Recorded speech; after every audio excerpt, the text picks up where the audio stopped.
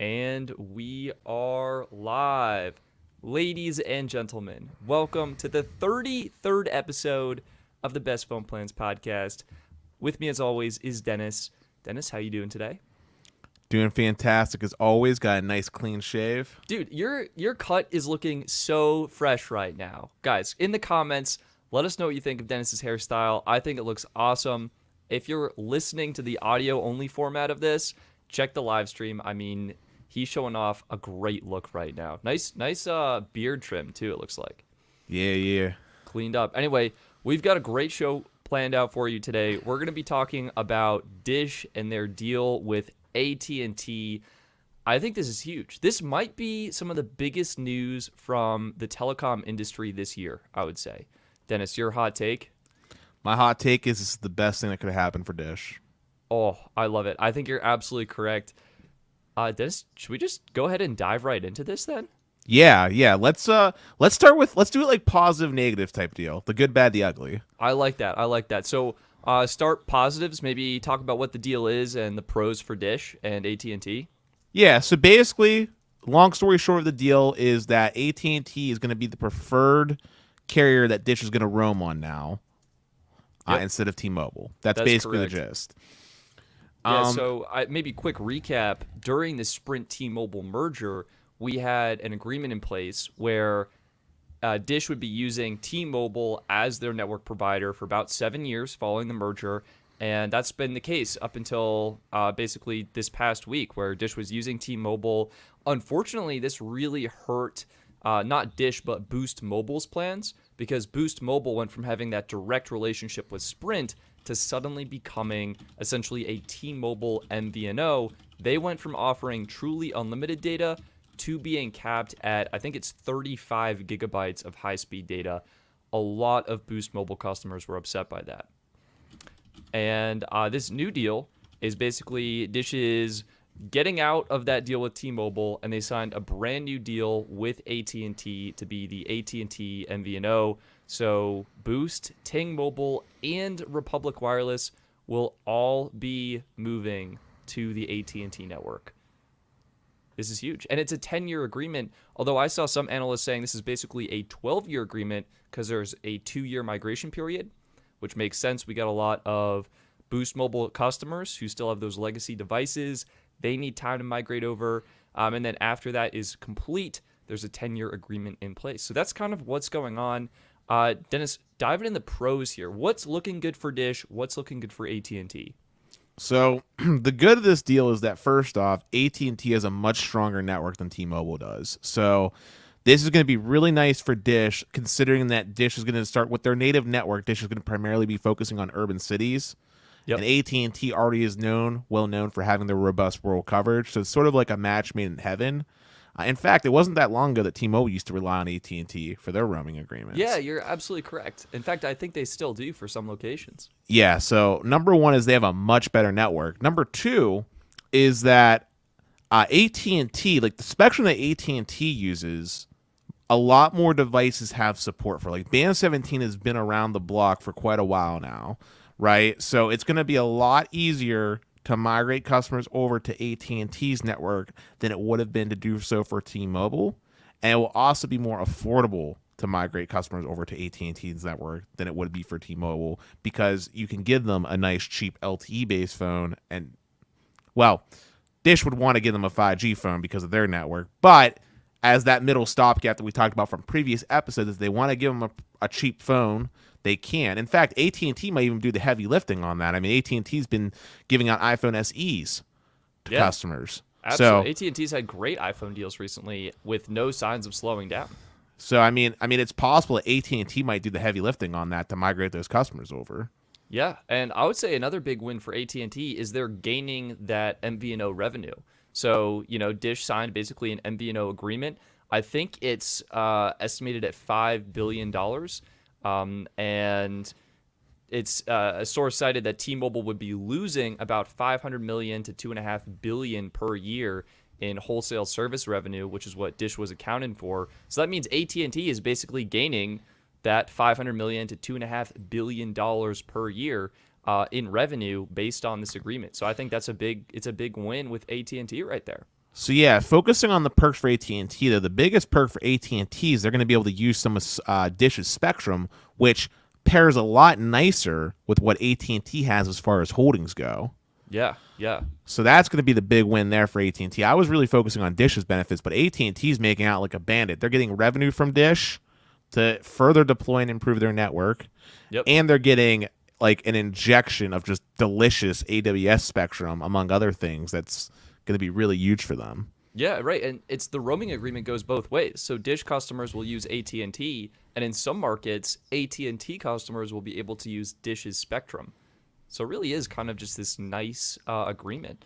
This is how T-Mobile should have did it when they were working with Dish. Like, I don't know why they fought so hard. Like Dish had band 71 600 megahertz that T-Mobile was using during the pandemic. Why in the world would they fight? Like, they could have had a match made in heaven, be mutually beneficial to each other. But we'll talk about how T-Mobile was doing them dirty here later on. I don't want to get onto that right now at the moment. Sure. Any other kind of big high-level positives for either AT&T or Dish at the moment? I mean, I guess the other high level positive here is that AT&T, they've been around in the game for a very long time. And I know this is going to sound really cheesy, but I think they're the type of mentor that Dish needs to succeed in the cell phone space. I think you're probably right. Dish really, they need some help. And I was seeing one article say that this basically means Dish can't fail. Like, this is such a long agreement period that Dish is going to be established as an MVNO for AT&T. They're going to have the revenue from their existing customers. Odds are customer experience and service will improve as they switch from the T-Mobile network to the AT&T network that typically has more capacity and better coverage. And it seems to be overall just a good experience for those individuals. I think overall there's some positives going on here. It makes sense why this deal was cut, especially as we'll talk about later, how T-Mobile was treating Dish. Can I say one more positive real quick? It's sort of absolutely. positive. One other thing that's worth mentioning is it's not like the T-Mobile roaming agreement went away. That's still there as part of the merger requirements. So technically speaking, Dish now has coverage on AT&T, T-Mobile, and their own native network.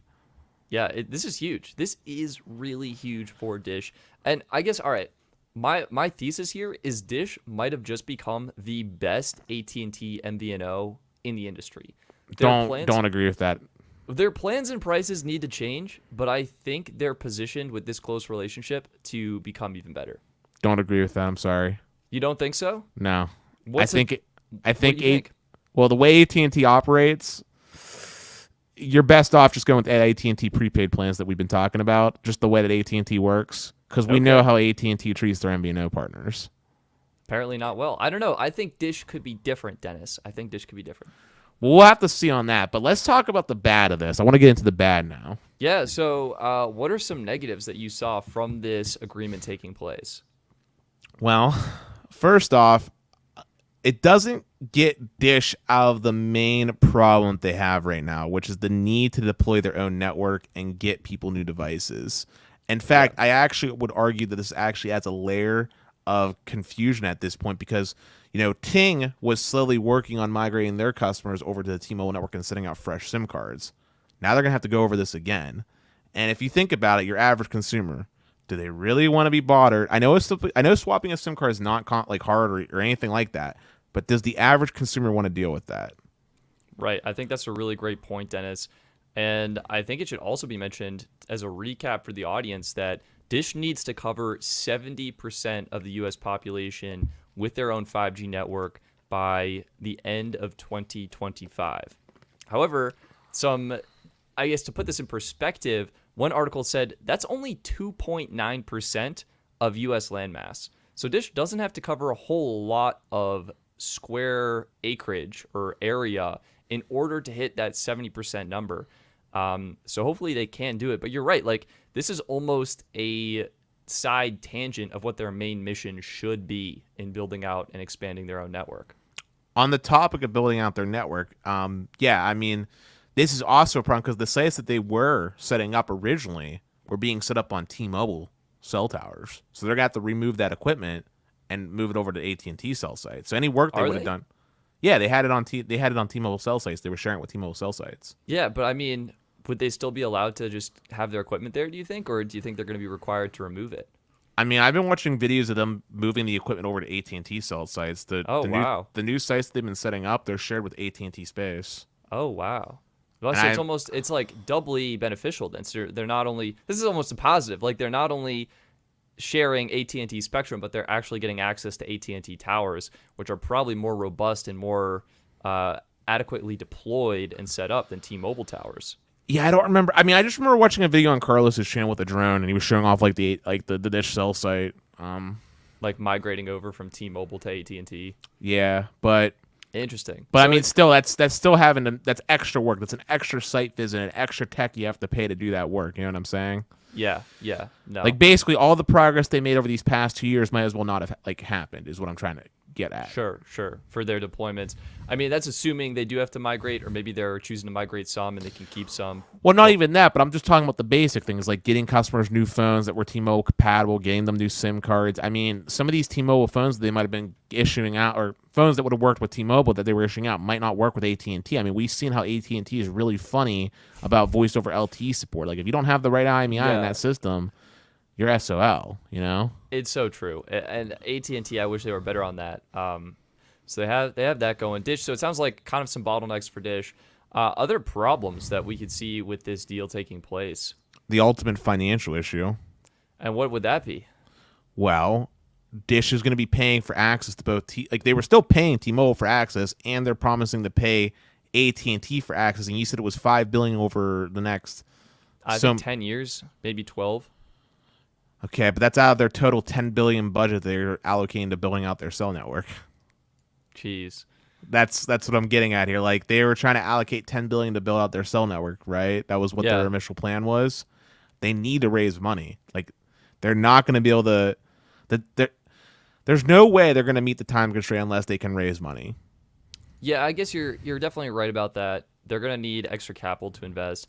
I mean, it should be a slimmer build out, right? Because they're using Open RAN technology. They're going to have a virtualized network core. They really just need equipment to kind of plug and play with the software. Yeah, but that's never the expensive part in deploying anything. Like, I'll just give you an example real quick. Like, if I wanted to go buy fiber, like legit fiber, it's really cheap per foot, right? Yeah. Same thing with the end pieces and stuff like that.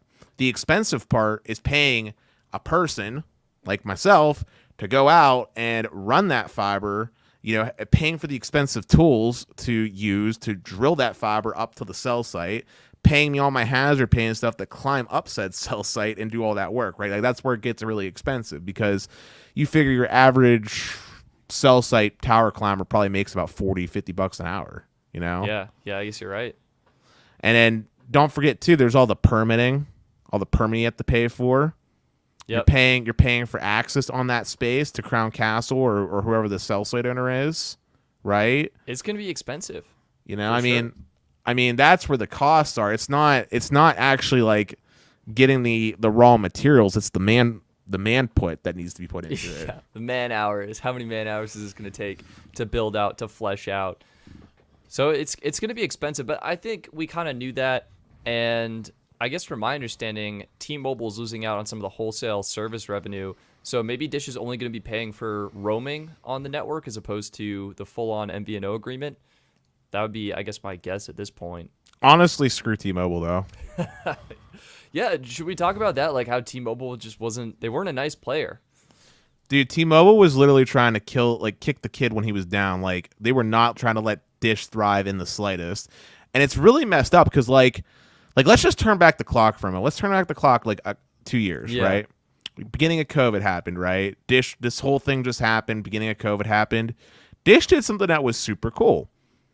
They were like, during the pandemic, T-Mobile, here, we'll let you use our spectrum for Band 71. People were seeing really great speeds, right? A couple months go by. It was looking great.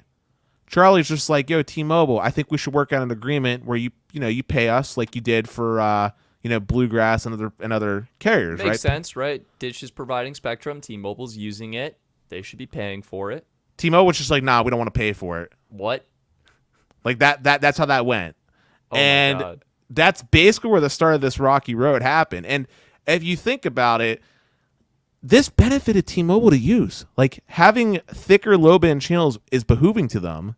And for Dish, it was good for them because they needed the revenue, right?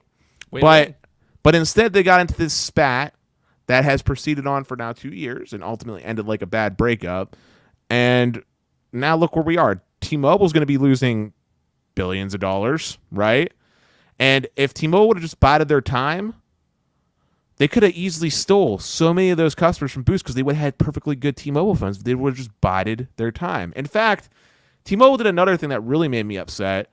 They were texting Boost customers about T-Mobile promos to get them over. Do you remember this? Yeah, I think that was region specific. Like there was something else behind that story, which made it, I think, in my mind at least, more okay.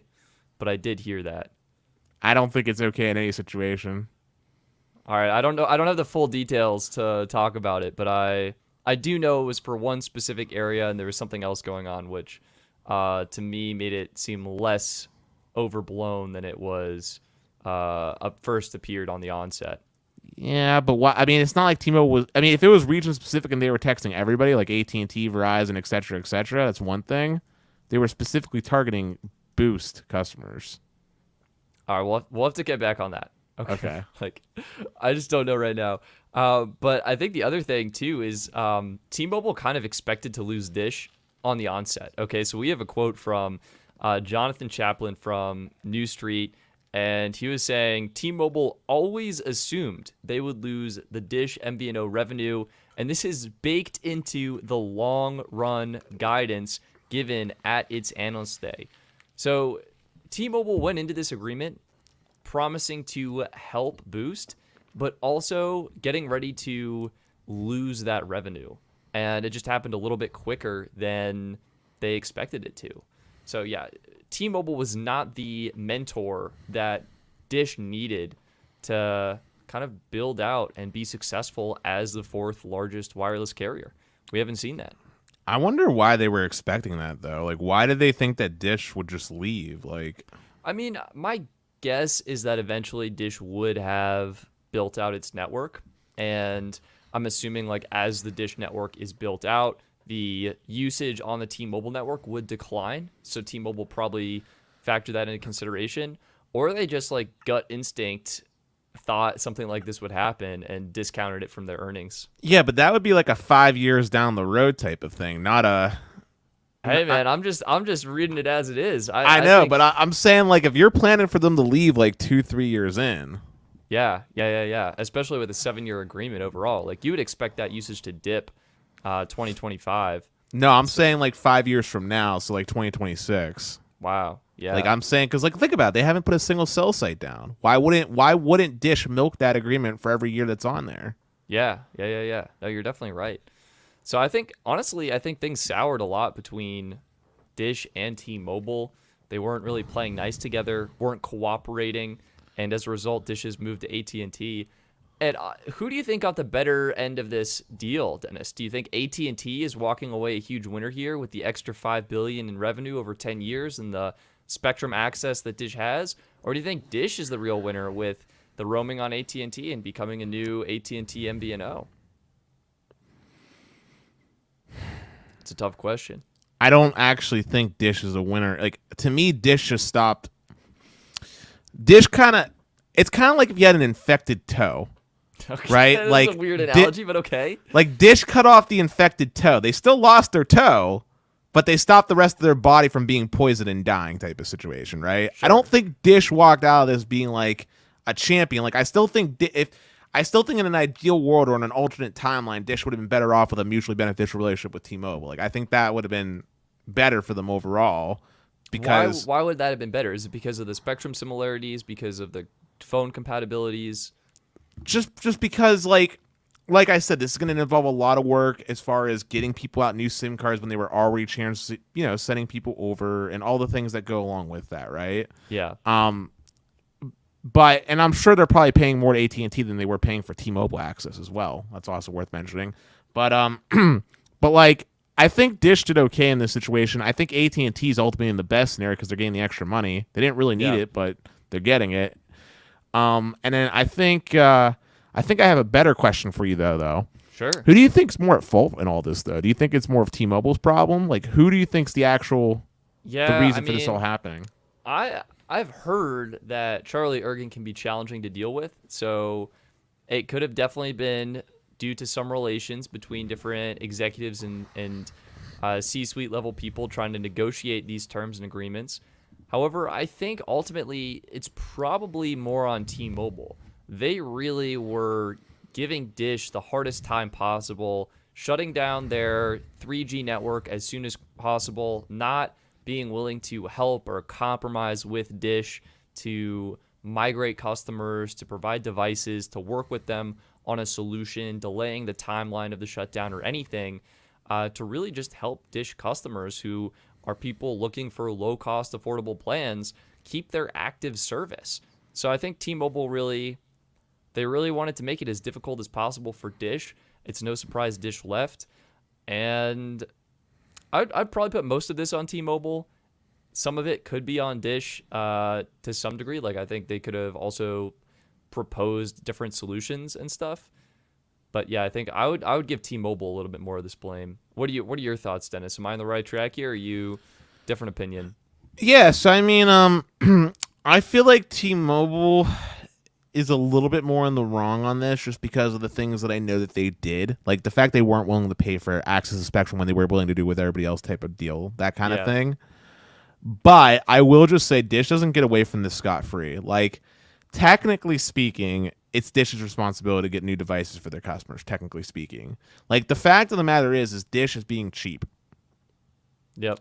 Like, Dish is being cheap.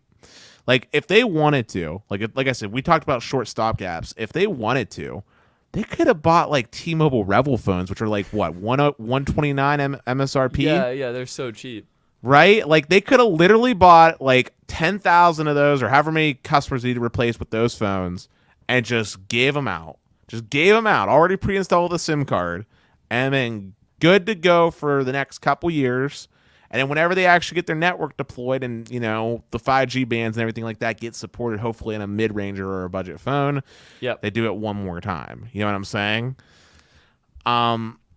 I think that T-Mobile should have came in 50-50 because, like I said, it's not like it wasn't advantageous of them to get new phones for these customers. I mean, I'm sure they're doing that right now as these Boost customers leave to go off to X, Y, and Z places. So I don't know why T-Mobile couldn't have, like, made a compromise on that, because I understand T-Mobile's point of view about not wanting to slow down progress as far as the shutdown goes. Oh, 100%. Like, it actually makes a lot of sense what T-Mobile is saying, and I think it just would have been better, I think, if they came to a more mutual agreement where they could have worked something out to provide devices to customers, so they could have continued with a more aggressive timeline for shutting down that old spectrum for the 3G network, while also allowing Boost customers owned by Dish to get a device that will work with their needs. And Stetson, I will just say one thing that will probably shock you, though. T-Mobile did not have to hurry about shutting down Sprint's CDMA network, because you want to know something funny? What? It was only using like 5 megahertz of bandwidth. Really? It was only a 5x5 like megahertz block that they would have had to kept going. Oh, geez. Yeah, that seems so easy, because they really utilized just the band 41 spectrum from Sprint, right? Right. Yeah. All they added, dude, they literally have 100 megahertz of N41 to play around with. There was no reason that they needed that 5 megahertz of bandwidth that they're going to be freeing up is not going to do jack diddly. Yeah. So we had a question from a viewer in the live stream, Skychunk. Is T-Mobile out entirely, or is T-Mobile's agreement with Dish still active? T-Mobile's agreement with Dish is still active at the moment. At the moment, yes.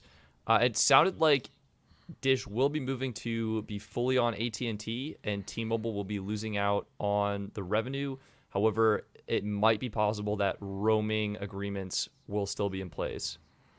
So, real quick, I see some comments talking about how some people are mentioning about less traffic on the T-Mobile network and more spectrum to go around. Sounds good to them.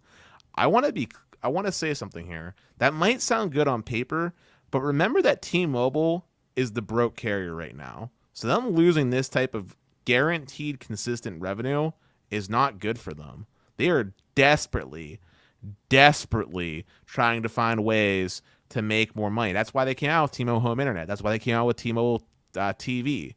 Like, T-Mobile needs money. They're in a lot of debt that they acquired from the Sprint merger, and they need a lot of capital to densify their network and upgrade cell sites. It's that situation again where before Sprint went away, we always talked about how Sprint had all the bullets but no guns. Yeah. Like T-Mobile's in that situation right now. They got all the bullets in the world, but not enough guns to fire them with, right? And the guns being the money and the ability to invest into the infrastructure. Yep. Yeah, no, you're definitely right, Dennis. And I think something else, this is kind of a pivot back to Dish, something negative for them, is there was a stipulation put in place with this agreement where if Dish was bought out by another company or 50% ownership went to another entity, the contract may be terminated. So I think this can allude to the fact that AT&T was possibly concerned Dish being bought out by either Amazon or Google or another company, and what kind of competitive advantage that would give a tech company trying to build a cell carrier, which could be potentially awesome. And I think this agreement is really meant to build a tighter partnership with Dish and possibly delay or postpone any potential buyouts. I'm going to be honest, though. In an ideal world, I would have actually liked to see Amazon buy out Dish. I agree with you, Dennis. I think Amazon could crush it. I could easily see them buying Dish in a couple of years and really leveraging the technology they're building today, as well as what will be deployed in the future. Can I give you another hot take of a company I wouldn't mind owning Dish? Yeah. Microsoft. Ooh. Well, Microsoft is working closely with AT&T right now. Yeah, I know. That's why I'm saying it would be interesting if instead of partnering with AT&T, if they just outright bought Dish and did their own thing. That would be really cool. And then there's really one more giant company. Guess which company that I'm thinking of right now. Who's the third option do you think I'm thinking? I would say Apple, to be honest with you. No. God, not no. Apple. God, no. So we got Microsoft, Google. Yep. I'd be interested to see Google, specifically Alphabet, whatever letter they want to name it, because they were doing Google Fi, right? Like, instead of Google Fi being an MVNO, what if they actually built their own network? Proper MNO. Yeah, I mean that would be really cool. I think Google Fi is struggling with its own issues right now, so true. But look at Google. Look at Google's fiber service. Oh, yeah. Phone. We're saying the trigger word. Dennis, oh no. But yeah, think about their fiber service though. It's literally the best in the country. I think their fiber is just separate from their telecom though. Like when I'm on the Google Fi subreddit, I'm following all these poor stories of people trying to trade in devices and get credit, people trying to purchase brand new devices, having devices not showing up, having credit not applied to their account. Some people have been getting locked out of their Google accounts. It's probably a little bit of a separate story. But I think ultimately, like when you're building a network, the systems you need in place for customer service, for support, for logistics of that network are super, super important. I don't think Google Fi has that yet. I'm actually more optimistic that Dish has that with the purchase of Ting.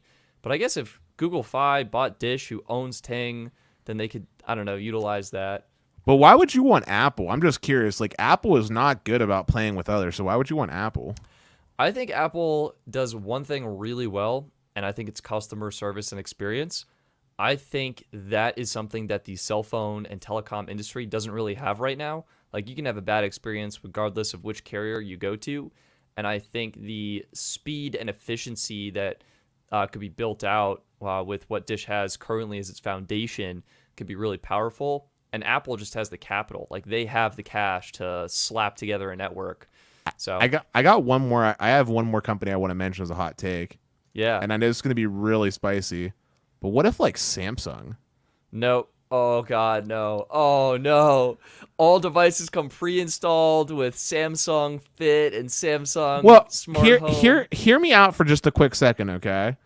Samsung. So I told you I spent time in Korea for like a month, right? Yeah. Samsung makes more than just like electronics, dude. They make like air conditioners. They sell health insurance.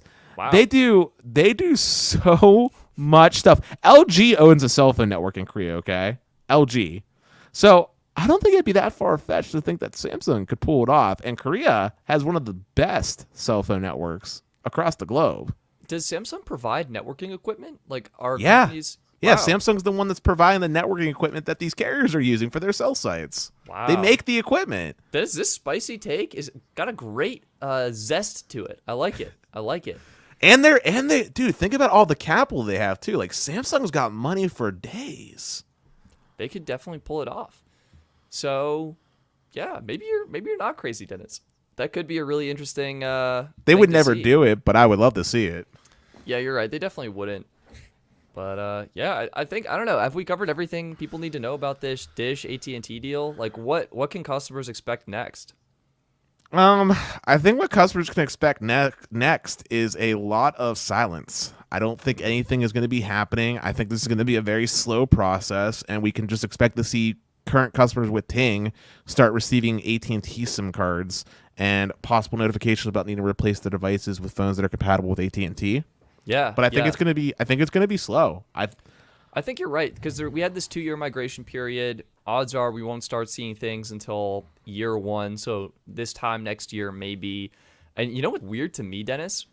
Ting was able to get MVNO agreements with all other networks. They got Verizon, they got T-Mobile, they couldn't get AT&T.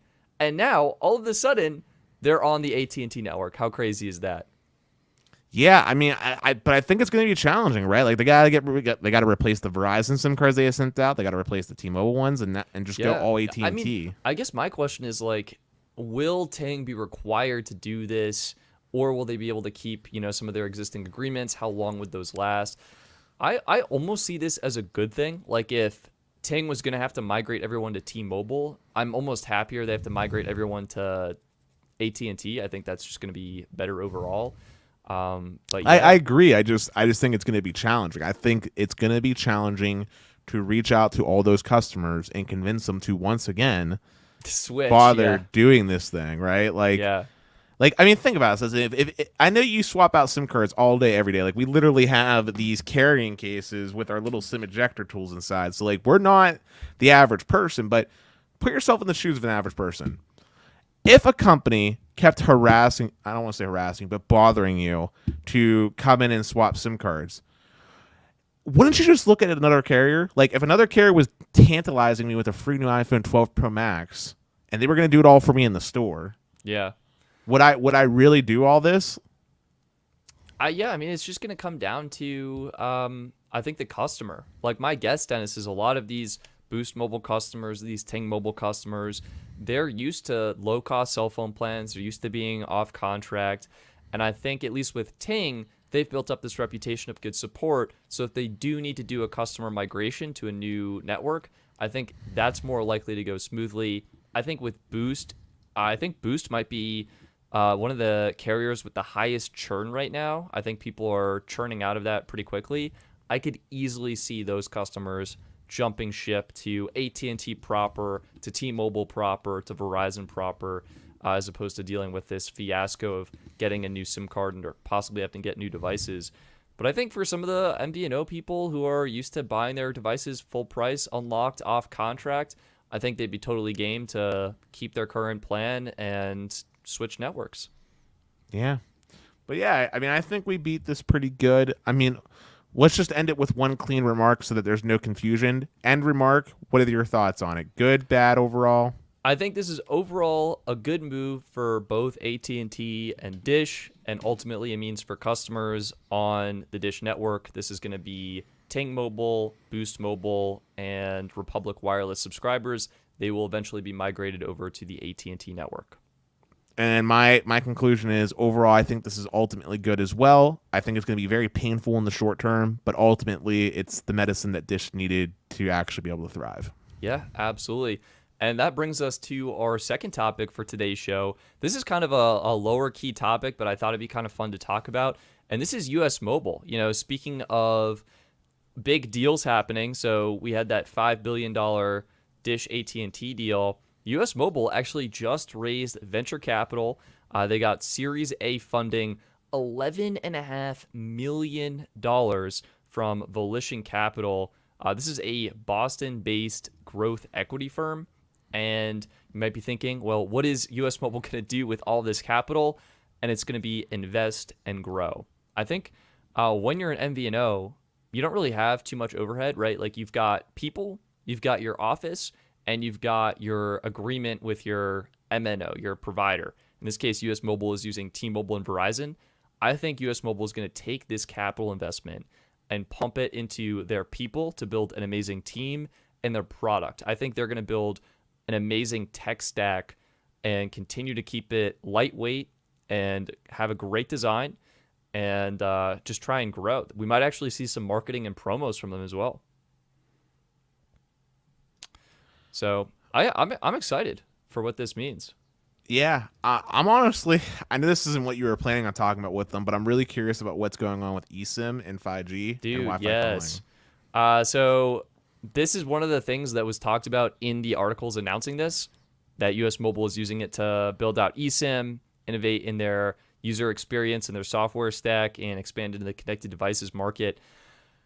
I think like it's kind of crickets. We're hoping to see eSIM. I think I said around July 2nd is the earliest possible date, based on what was commented on Reddit, and that has come and gone. So I think US Mobile is still hard at work, and I think they're hitting roadblocks. And ultimately, I think what it comes down to for them is they need to under-promise and over-deliver. If they don't have a product that's ready to go, I don't think they should be talking about it. Yeah, maybe we'll have to see if we can reach out to Ahmed, maybe. See if we can get an insider scoop. Yeah, see what's going on. I think it'll come out soon. Some other interesting things we gleaned from this is US Mobile is getting $10 million in annual recurring revenue, and they also have over 6 figures of subscribers. So doing some quick math, that means they're probably averaging about $8 per customer with a customer base around 104,000. Although that to me seems pretty low, so I'm guessing maybe, I don't know, maybe they're closer to 150 to 200,000 customers, and maybe the annual revenue is closer to like 12 to 15 million. But kind of interesting to get like a sneak peek into like what their company is. Like that seems super small to me, Dennis. Yeah, honestly. Yeah, you know what? You are right, actually. Now that I think about it, when I would think about US Mobile, I always compare them to Mint, which Mint's pretty massive, right? Yeah, I think my guess with Mint is they're probably around like 2.5 to 5 million customers right now. But they don't publish their numbers, so it's really, you kind of try and get some clues here and there, and then you have to extrapolate, not with a whole lot of information. So yeah, I mean, I would say Mint is probably like, gosh, what is that? Like 10 times bigger than US Mobile or something like that? Right, but I meant like the thing is like I would have never guessed it based off of US Mobile's experience. I would have never guessed it. In fact, they do a pretty good job at advertising too, to a certain extent on like social media and stuff. I would disagree. I mean, yeah, they have a social media presence, but they're not doing the Super Bowl commercials like Mint is. They don't have a Ryan Reynolds with however many millions of subscribers on his YouTube channel pumping out like ads. Like I want to say I see a Mint Mobile video come up on the Ryan Reynolds channel like once a month, once every 2 months. And these are not ads. These are like high quality entertainment videos. Like they're great. But I think what benefits US Mobile is that they have low customer acquisition costs. Like think about it. If Mint's pumping money into commercials, they're spending big just to get a single customer. Right. And it goes back to like the target audience too, right? Like, are you going to find your target customer on cable television? Right. And I think US Mobile, they've been able to focus on the thing that matters most, the product, right? Like we haven't heard of data breaches or things going on like that. And I really hope Mint is able to get some 2-factor authentication in there. While we're talking about it, maybe US Mobile should get on the ball with that too. But I think I feel like they've been just keeping it kind of clean and lean. Like they don't have customer acquisition costs, and they can focus all of that revenue on building a better product and iterating the product. And once the product is ready, they can turn on the marketing faucet and start advertising and reaching a broader audience. I just wonder what this is ultimately going to do, though. Like, as far as like I wonder why they chose to get the money now type. It'll generate the money. Yeah. And I wonder what this Series A funding, like this Fulton capital, like I wonder what the impact will be on the US Mobile that we know today. Like, because a lot of times, one of the things that's scary about having an investor is now they're going to start having a little bit of pressure on how you operate your company. It's no longer your company entirely, right? You got to kind of please your stakeholders. So I'm wondering what this end game is going to be now. This big angel, I don't even want to call him an angel investor, but this big investor is putting their hat in the ring. Yeah, you're right. I mean, investors want to see basically one thing: return on investment. So I guess like if I were thinking I'm bullish in capital, I'm thinking they're giving a huge cash infusion into US Mobile. They're helping them invest in people, build their tech stack, and grow. I would expect US Mobile to eventually sell or go public probably in maybe like 5 to 10 years. We'll hear something about that. This could be a longer term play, but honestly, I could see US Mobile licensing their software. Oh, and, yeah. And then basically selling out US Mobile to like one of the big carriers. Dude, I low-key secretly hope Verizon or someone is able to buy it and just make their experience so much better, because like I feel like the Verizon website, AT&T website, it's janky. It's like systems hacked together and things that are not supposed to be working together, trying to work together. We have a term for that when it comes to coding. We call it spaghetti code. Yeah, I feel like right now the carriers are serving out huge overflowing dishes of spaghetti, and I want a clean plate, and I want to start off with something that is beautiful. And I think that's what US Mobile has. Ooh, we've got a spicy take from the comments. Maybe Dish will buy US Mobile. Oh God, I hope that doesn't happen. I appreciate this idea. Name's Kazi. I think what's more likely to happen is, I mean, US Mobile's they're basically a tech company that happens to be working on an MVNO. I think another tech company would be more likely to buy them. Like I could almost see. Plus, Dish already bought Ting for their biller. So they don't like Dish doesn't need like Ting had the back end. I think I would almost see like Amazon or someone going for it later down the road. We'll have to see. Dennis, that's kind of all I had for this show. I mean, US Mobile, they got a bunch of money. Kind of interesting to see where they stand. And it kind of puts in perspective, honestly, how large Boost Mobile is with their even pretty small, like 8.9 million subscribers, like in the MVNO space. Like, that's huge. Respect to them. AT&T's quarterly earnings report. Should we talk a little bit about that? I want to see it for the after show. Oh, that's perfect. So, Dennis, should we just segue right into the after show then?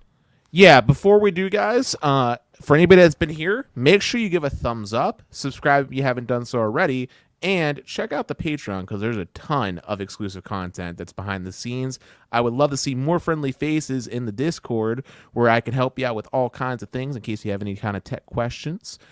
And yeah, we're going to go to the after show now. That way we can answer more of your questions and be more interactive. We're going to talk about Verizon raising prices, the quarterly earnings calls for Verizon and AT&T, and a lot of other good stuff. So we'll see you guys in about 15 minutes in the after show. This was a great outro. Thank you guys for watching. We're going to talk to you in the next podcast episode. And if you're live on YouTube, we're going to talk to you in 15 minutes for the after show. That's it. Peace, guys. Peace.